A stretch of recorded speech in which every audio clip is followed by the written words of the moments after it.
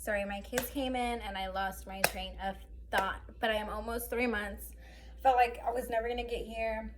Let me tell you, sis, this journey has been a long one. People think that you get surgery and it's just like, bam, you're done. Body banging, you don't have to do nothing, and that is totally not the case. There's a lot of work, there's a lot of willpower, there's a lot of perseverance in the journey because it gets long and it's hard. And it's emotionally, nobody tells you that it's emotionally draining. Like, I know it probably seems really wrong for me to say like it's emotionally draining because people assume plastic surgery and they think it's a privilege to be able to afford, you know, to have your insecurities and treat with. So nobody talks about that, but I feel like it is emotionally draining. Like, for me personally, I knew it wasn't going to be easy because I was going to be cut. I was going to have a tummy tuck because I lost 100 pounds. I was 210 at my heaviest. I'm 4'11", and the day of surgery, that was like, I had lost weight. I had lost 100 pounds within a year, and then I had my like 2 or 3 years after I had my daughter. My daughter's now 2. And so I knew my recovery was not going to be easy, but I felt like I didn't tell anybody that I was having surgery because, I don't know, call me crazy, but I feel like not everybody's happy for you. And I just didn't want anybody's like bad vibes or like, you know, them feeling some type of way about me getting surgery at such a young age to affect how I felt or my outcome or my results, because el mal de ojo is everywhere. And so I didn't tell nobody. I didn't tell my mom either. The only people I told was my mother-in-law, who she was super supportive. I don't think I would have gone through with the process and had the courage if it wasn't for her. And I only told my husband. And I'm not gonna lie, like, I feel like, you know, it's a lot. It was a lot for my husband to take on, you know, going to work and then coming home and then still having to like help me shower, wash my faja, stuff like that, and tend to the kids because we do have 2 kids. And so then I started to feel like a burden. And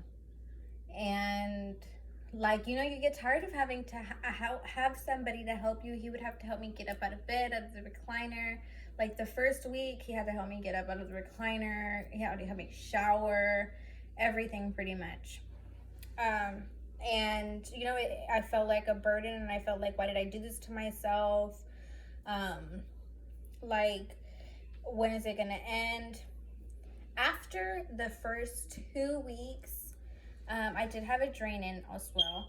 After the first 2 weeks, I feel like I kind of got the groove of things. Within like the first, I want to say like 5 to 7 days, I was then able to get in and out of the shower without help.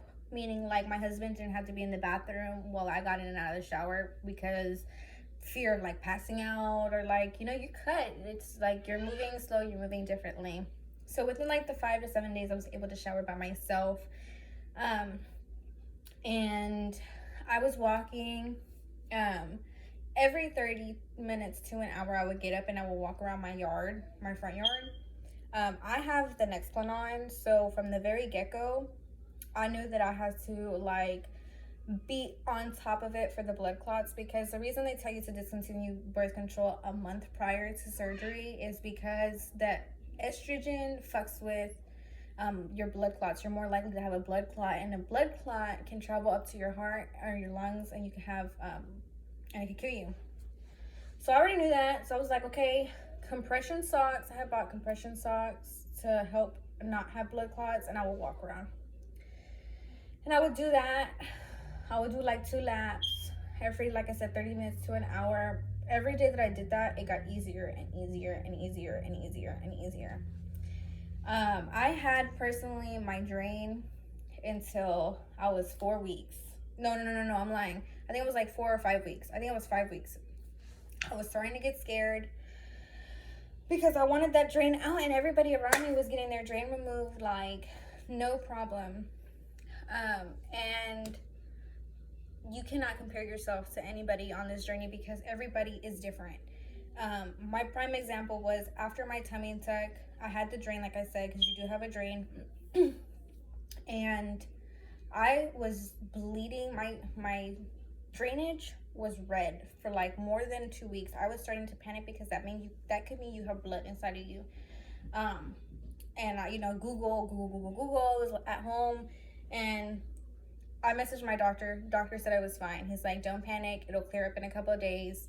And I was seeing everybody on my surgery group, because when you have surgery, they have SX groups sometimes, even on Instagram, for support, or to find out information about your doctor, because it is a long process. It's a lot of research. It's a lot of dedication into getting surgery, because you have to choose who you're comfortable with your body. And so it's a lot of questions, and it's a support group. And I was comparing myself to all these girls, and I was like, man, their discharge is not like mine. What the hell is going on? Is something wrong? And I gave myself anxiety over really nothing, because it ended up just running its course and not and just changing by itself. Like, the more I stressed about it, I feel like the longer it went being red. And then it cleared up. It cleared to yellow, which is what you want. You want it to gradually clear and get yellow. And so at the clinic, they had told me that you didn't want it to bleed red, that you want it to bleed or to drain yellow, because that means you don't have blood inside of you. So I was like, oh shit, something's wrong. What else? So yeah, I had my drain in at 5 weeks, and then I had it removed, and then I got a seroma, because I guess my drain wasn't ready to come out. My doctor gave me the authorization to remove it, which is why I removed it. Then he wanted me to go back to Mexico. He told my massage therapist that, and then because I've been in contact with him constantly, always messages me back. I never have an issue contacting him in regards to anything. I literally just send him a message, and no matter what time of night, he responds. He wanted me to go back. He had told her, and then she was like, he had asked her if she thought she could help me, because the seroma you can have drained, they aspirate it. You can get seromas from like an injury. They're common in breast augmentation. You can even have one if you hurt your leg and it's like a bruise. Sometimes fluid will build up there and it needs to be drained. So you can get seromas anywhere. It's common, very common in surgical things as well, because there's space that allows the fluid to build and have a pocket, because that skin hasn't reattached to the wall yet. So she was like, yeah, I can help her. To get a tighter faja, to wear an ab board, and that my body should reabsorb it. So I did that. It did go down a lot, but honestly, I feel like I still have a little bit of seroma down there. Honestly, what I think, to be honest, is because I have gone to 2 massage therapists, and both of them said that I have skin laxicity, which means my skin is not grabbing onto the wall right there. Or maybe they didn't remove enough skin, or maybe because there was a seroma there, it caused the skin to stretch out.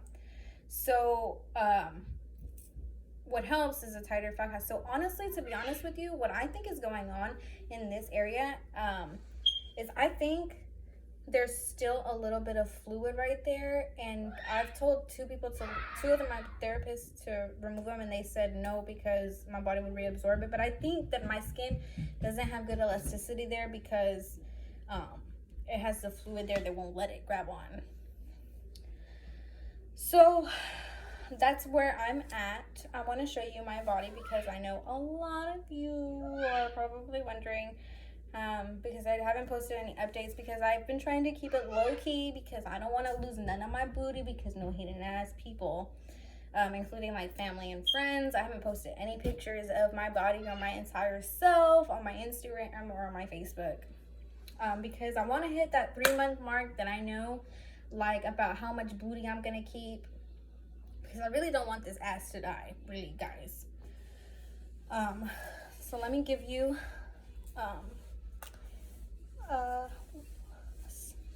what is it, a glimpse. Right now I don't have my board on. I just took it off because I had to wash the cover. So I look a little swollen right here. It's my butt.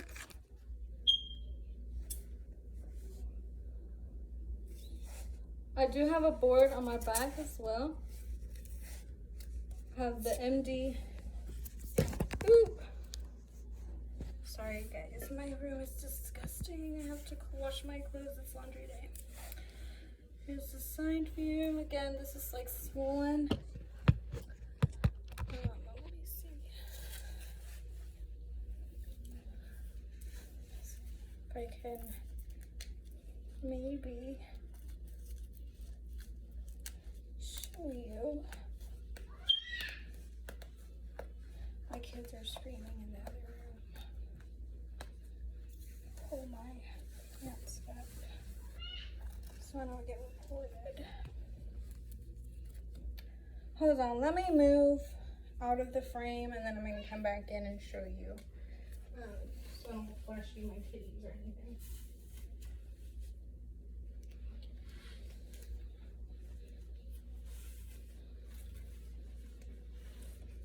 So I have this board, now that I'm right here. I have this board on my back. This is a lumbar board. Sorry if it's like a little wet here because it's in, I live in Texas. I live in Magnolia, Texas. And it's hot here. So yeah, that's my board. And then here we go.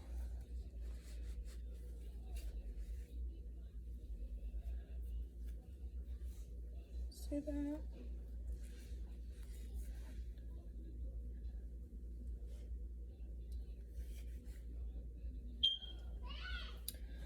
So what I'm talking about, I don't know if you can see it, but like right here, it's a little pooch and I can pinch it. You see that?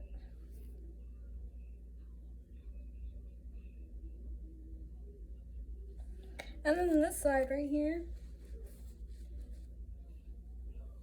See that? I don't know what that is. This is my belly button. And then it's gotten a little better as of recently, but this skin fold, I'm hoping that that'll get better as well. It's gotten a lot better. Okay, so let's talk about medicines. I kept the medicines to show you guys. And because I know I had a ton of questions regards to medicines. This is an antibiotic. This is called Sibufix. And you take that once each 24 hours for 7 days. Then you've got the collagen cream, which is for your scar and for your incision. This one is ciprofloxacino tableta. This is an antibiotic. This is one every 12 hours for 5 days. Sorry. I got Dramamine because I had a reaction to the anesthesia where I was just puking and I was so nauseous, and I live 6 hours away from my doctor's office, so I needed something that was gonna either make me sleepy and put me out or cancel out my nausea, and this really helped. So I had to stop at the pharmacy in Mexico to get this while I was out getting my prescription. They gave me my prescriptions, but I needed I wanted to take an extra pain medicine, and I ended up getting Tylenol 3. I don't have the bottle with me right now. This one is for pain. This is one every 8 hours for 3 days. Honestly, you only really need it for 3 days, like, because the pain, it's more discomfort than it is pain. I have a high pain tolerance. I can stand some pain, and I prefer to not be all loopy on my medicine, because your body tells you when you're pushing it too hard and when it's okay. If you feel the pain, then you know what you're doing and that's not right for your body in regards to your healing, so don't do it. And then you still have a shit ton of anesthesia in your body. It's like your body it doesn't have a lot of feeling. The best way I can describe it is like when I touch my stomach, and especially in this area, I can feel it very slightly, but I feel it more on my fingertips than I feel it on my skin. I feel like I could probably feel it because I know I'm touching it. And then they give you aspirin for the blood clots, or to help to not have blood clots.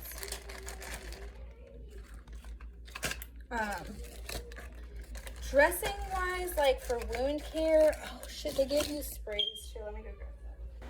So I just wanted to mention that normally before surgery, they ask you to discontinue your birth control because the hormones can make you blood clot. I am on the Nexplanon, so I wasn't able to have or discontinue my birth control because it's an implant in my arm. I just had to take extra measures such as the aspirin. The reason they give you the aspirin is so that you take it every day, so you're less likely to get blood clots. I did not have any issues. Spray on your incision every time you clean it, which is usually sticking it 1 time a day for a month. You spray this 3 times. Boom, boom, boom. Oh no, wait. You spray this once and then dry. They give you an antiseptic, and it's blue. I recommend using that one, but I also, and I don't have a picture of it or on it or it with me because I used all of it. But I'll post a picture in the comments, or I'll tag it onto the video somewhere. But especially ladies, if you're having tummy tuck, there's this spray that's arnica, and it's a pain reliever, and it desensitizes the area. It makes it numb so you don't feel it. When you clean your wounds, you have to tape everywhere. And sometimes, buy paper tape, because if you get other tape, it'll pull your skin up. You want to get paper tape. Sorry, I brain farted. And that spray will help. It'll help you not feel it or hurt. Hold on, I'll be right back. But it's because I feel like I don't know if you can see it, but I feel like the butt's really small. I feel like you don't want that because then it's applying pressure in all the wrong areas. It's like super small. And the material is like almost the same as the rest of the faja. I personally don't like that. It had good hold, but for me the biggest thing since the very get-go has been the butt shape in the faja. And no matter what they tell you, the faja ladies, oh, it's fine. It just applies pressure to hold it in there in place. All that kind of stuff. If you've noticed, a lot of them have not had surgery. A lot of ladies with self-fajas have not had surgery. So they're telling you, yes, this, but who's to say that it actually works? They wouldn't know because they themselves have not had surgery, so they can't tell you. It's a biased opinion on a product they're trying to sell you, to be honest. I feel like. And then people who recommend me products, if they've had a BBL, I try and look at the results. Like, yes, you're recommending me this, but does your BBL look like I want my BBL to look? You find your way. You find what works for you, you find what doesn't. I'm trying to share this with you because I feel like I see this all the time, where them telling you and they're trying to sell you a faja where the butt is not, and it does not expand or it doesn't get as big as it should. That will kill your fat for sure. So I'm trying to help you, sis. This faja, I don't know if you can see. Sorry. This is a small, and it's got a 2 extra small waist. Always go based on your hips. Measure your hips.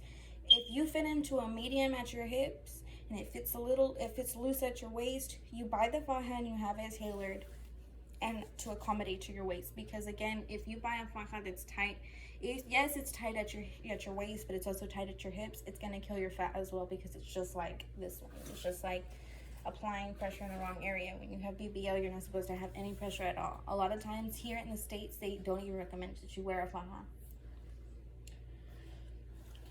I'm not saying you should do that. I'm saying you should absolutely wear yours but I'm just saying they recommend no pressure at all. So that's just, you see the pattern of no pressure. Okay, so this one is a guitar shaper. I bought this one and it was an extra small. I don't wear it because it fits at my waist, but like I said, it fits too tight on my butt. But my point is, you see that? You see the difference? You see those pompies? Those pompy holes? And this is a completely different texture than, it has a hole. It has not a hole, a zipper. I recommend this one.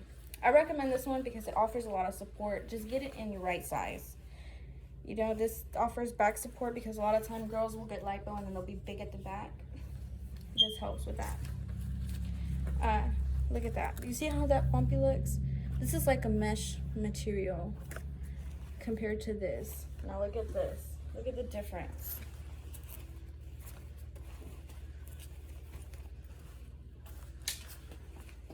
Oops, sorry, excuse me, I burped.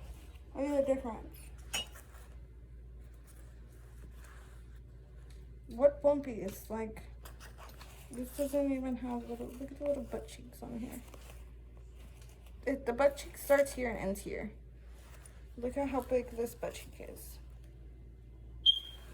Okay, look at mine. See that? See that? Yeah. You want a big circle. Important, super important. Another thing, ladies, if you are more square built, I mean, obviously you had, you know, we're in recovery, post-op, we went into surgery to have curves. Another thing, super important, CYSM is a good brand. MD is a good brand as far as like, I like how it holds you, but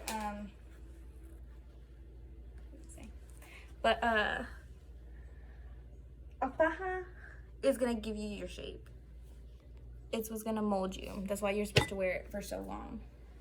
If you do not have a shape, I mean, if you don't have the shape, like if you're not as curvy, you want to get a faja. If you notice this, and even the one I have on it's a FB271 or 724, and it's got a curve. I made this one tighter because I needed more support, and I made it more tighter at the waist, less tight at the hips. But it's an hourglass shape. It grows in. You see that? Sometimes fajas are straight. I don't like straight fajas because I feel like then you'll be straight. You'll be no curvy. You wear a curvy faja when you take you're training your body to give you that curve. It makes no sense to be in a faja that's just straight. Yes, a lot of them do hug onto your body, but if you don't have any curves to begin with for the faja to hug onto your body with, what are you doing? You're just wasting your time, pretty much. Not wasting your time. I'm just saying you could be getting better results if you wear a shapewear that's already got shapes in it to give you more of a shape. I understand a lot of the process, we find what works for us and we find what's comfortable for us. So these are just tips. I'm just sharing with you what has worked for me and what I wish I knew to begin with. Also, if you find a faja that's good and nice at your hips and you have to get it tailored, if you do that, I think it's like $15 here where I live in Houston, to have them rework with it. Buy 2 fajas because you're gonna need one when you shower, while you're waiting for the other one. I mean, after you shower, when you're waiting or washing the other one. You know, you have to be in a faja afterwards. So then it gives you a little bit of freedom. I only had one at first, and then I had to buy 2 because I needed to have my faja on, and I found myself waiting for my faja to wash. Yeah, so if you buy a faja though, you can have it tailored and they'll adjust it for $15 and they'll make the waist smaller as you gradually de-swell, because they get expensive. And I feel like, you know, a lot of people in different places, especially knowing that you had surgery, are gonna sense that, or not sense that vulnerability, but they're gonna know that you're like, you don't know what you're doing at first. You're just like taking what everybody says and taking everyone's advice to try and help make your recovery easier. And I feel like some people, after surgery, like even places, they'll not feed on that, but they'll know that you don't know, and they'll try and get you to, you know, spend your money on things that you may not need, or may not need, but that you'll not in your best interest. Like, that's more gonna put money in their pocket. So I wish somebody had told me that. Get 2 fajas, and instead of just keeping on buying new ones, like, alter the ones you have, because then it won't apply any pressure to your hips, and it'll apply pressure to your waist. I started having sex at 6 weeks. I still swell sometimes after. I take my faja off and then I put it back on after we do it. It didn't hurt. We did move a little slow. And I was at first doing just positions that did not apply pressure on my butt, so I was laying on my stomach, and or doing doggy. It didn't hurt. I want to say it felt like at first you don't feel it. As you continue to do it a couple of times, I feel like you start to regain like the sensation. So they say, like, not, I don't know how to explain it to you. You feel it, but inside somewhere you almost feel it, because you know, you sense that you can feel it, like you know that something's going on, and then you know you start to get the sensation. I think it's normal because of the anesthesia. I've heard a couple other girls say that. Now I have sex and I have all my sensation. I'm perfectly fine. I'm not saying that you have sex and you're desensitized. No, your clit still works. Everything still works down there. I'm just saying when he's inside, it feels a little different, and then it starts to feel normal, because sometimes you can feel, you know, when you're doing the nasty, you can feel it near your belly button. And after the time it took, I guess, because anesthesia, it just, you don't feel it like that, and then it starts to feel like that again. So I started having sex at 6 weeks. There was no pain. We had gotten the okay from the doctor. I started drinking at like around 6 weeks as well. I'm not a big drinker, but the entire process I did smoke, because and I got the okay from the clinic. I quit smoking cigarettes a month prior to surgery, and I still don't smoke cigarettes. Sometimes I'll take like one hit off of the little e-cig things, but I smoke. I'm just gonna say other stuff because I don't want to be blocked on YouTube or banned on Facebook, but other stuff, and it helped a lot with the pain. The doctor's office told me that it was okay. They said no smoking, cigarettes obviously, which I hadn't. I'm about to be 3 months post-op, and I've just recently started to, if I hit it, maybe like hit it once because of the nicotine, because you don't want to fuck with your results. So they told me I could go ahead and smoke, so I smoked, and it helped the first couple of days with the pain for one, and then I felt like a lot of people, they get hungry after surgery. I didn't have an appetite. And it helped me kind of like eat, and you want to eat at least 3 meals a day, or like, you know, snacks and stuff. And before surgery, I had a problem eating 3 meals a day. Normally I would eat 1 meal a day, one good meal a day, and I would snack in between. And you don't want to do that, because when your body loses fat, the first places it loses fat are in its boobs and in your butt. So I needed to eat. It helped a lot with the pain. It helped me get hungry. It helped me sleep. I try not to take like sleeping medicine, because I didn't want to sleep through the whole night and get blood clots. And what else? That helped. That really helped with the pain. I think if you can get your hands on like edibles or like CBD, anything, I think it'll help a lot with either your hunger, your recovery, your pain, your swelling. I swear by stuff like that, and it helped me sleep. Let me try and show you how to actually sit on a BBL pillow, because I feel like nobody tells you how uncomfortable it is. When I first started doing it, I thought I was doing it wrong. I could have sworn I was doing it wrong. I felt like, let me put it right here. I felt like Can you see that? I felt like I was applying pressure to my butt. And you still apply pressure with the BBL pillow. I mean, you don't apply pressure. You're not sitting directly on your butt. You're trying to sit on your thighs. But let's see how I can get you. Just like that. Okay, like this.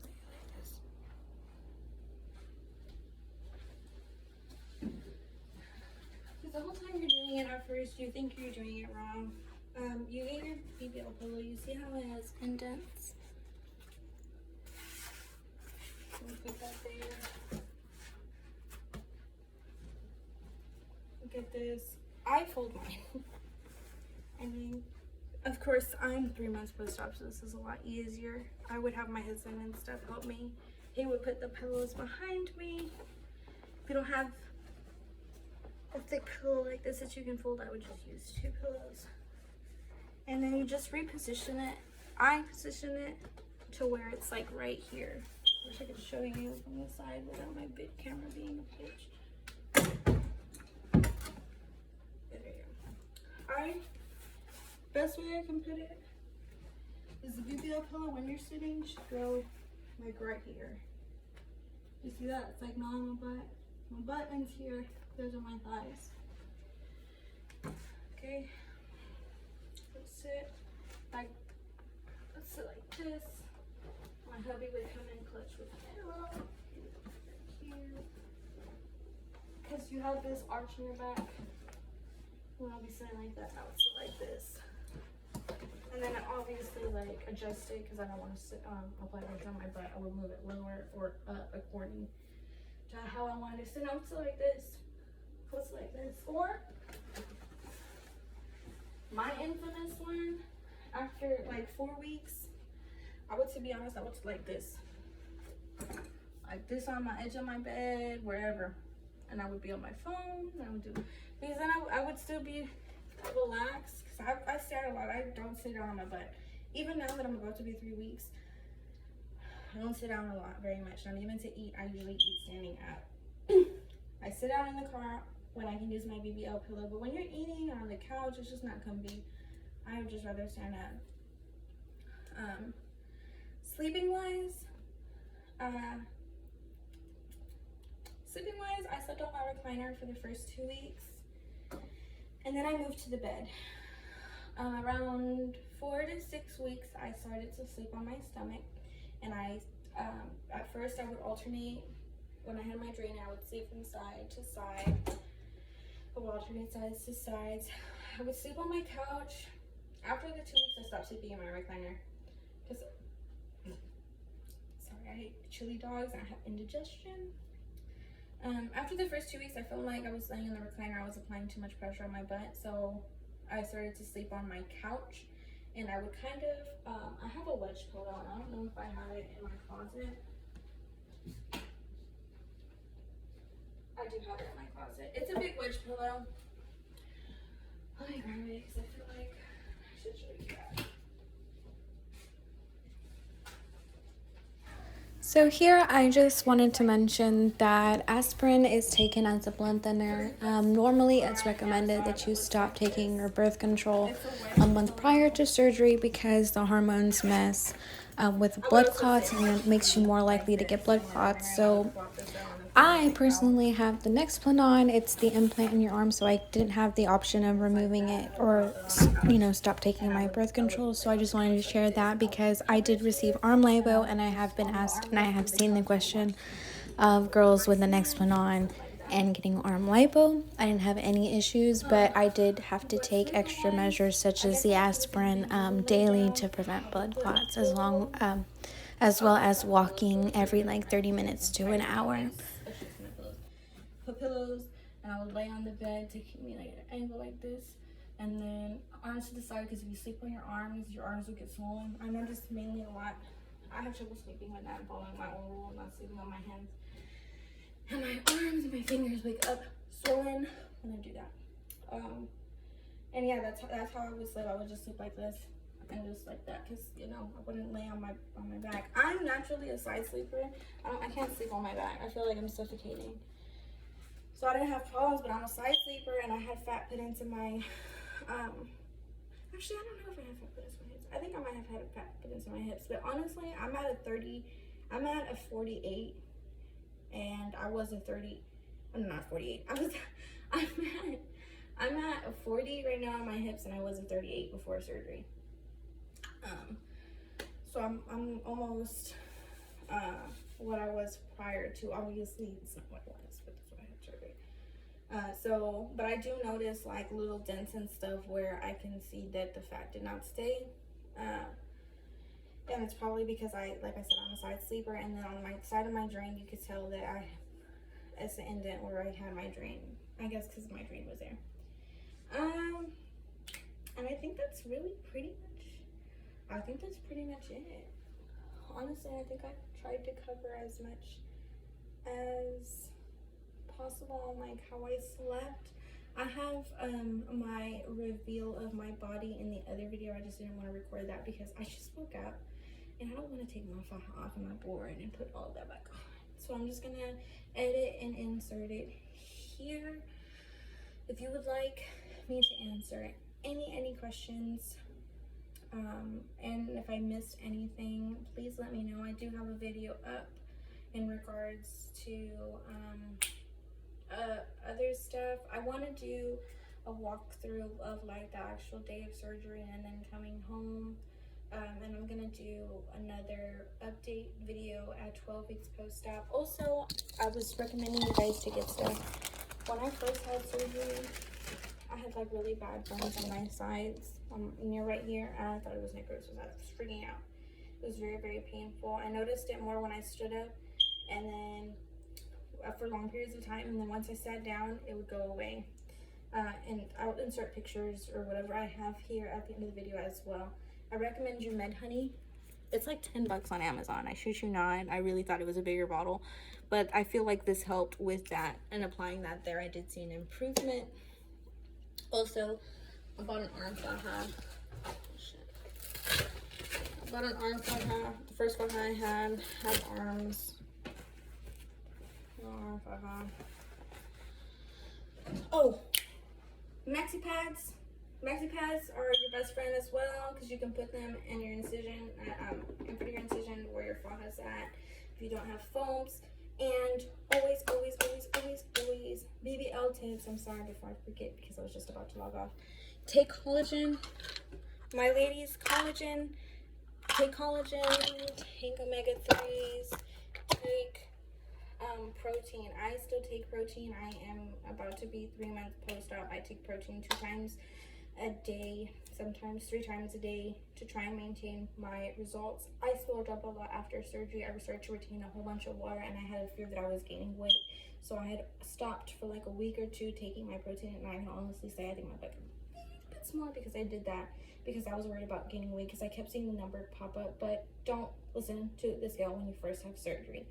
First 2 months of surgery, your body's recovering. You do not stop taking your protein, even though you see those numbers go up, because a lot of the times it's just water retention. It's just your body's going through something traumatic, and it's keeping all the water that it can, and the number that you're seeing on the scale is not accurate, okay? It's not. Don't go through that. Always take your protein 2 times a day, at least. 2 times a day. Your body burns 2 times more calories after surgery because your metabolism is a lot faster, so you need to be consuming at least 2,000 calories per day. Another thing is feed the fat. Feed the fat. I believe a lot in like eating very healthy fats, but also eating the junk food. Like, obviously don't go overboard, but stuff that is fatty food is going to help maintain your butt, because yes, healthy fats do help, but sometimes, you know, it doesn't hurt to help feed extra fatty food, if that makes any sense. I eat a lot of almonds, peanut butter. I'm not a big fan of sweet potatoes, but I make them in the oven with some oregano, garlic powder, minced garlic, paprika, parmesan, and some salt, and it does the trick. The sweet potatoes are really, really good. Tofu, if you can stomach it. Almond milk is super good if you can mix it with your protein shakes. I'm using whole milk because I'm looking for more calories. Hummus is really good. It's got a lot of protein. It'll help keep your butt. These things won't make your butt bigger, and they might, but it'll help keep the fat that you already have. I've noticed that the more I'm trying to gain weight, but a lot of people say that when you gain weight, the first part it goes is to your butt because they lipo all the areas, and they move the fat cells. So your butt gets big as if it was gaining weight like other parts of your body were. Don't go overboard, obviously, because you can still get, fat under your chin and your arms. But for sure, try and eat almonds, peanut, good fats, red meat, cheese, dairy, stuff like that to help maintain the fat. Pineapples help the swelling. Drink ginger tea at least twice a day. Always wear your faja. I'm trying to see if I forget anything, and always drink your protein. That's pretty much it. I guess I'll update you guys on my 3-month post-op. Sorry, my eyes burning. If I again missed anything, please let me know and I'll try and cover it. And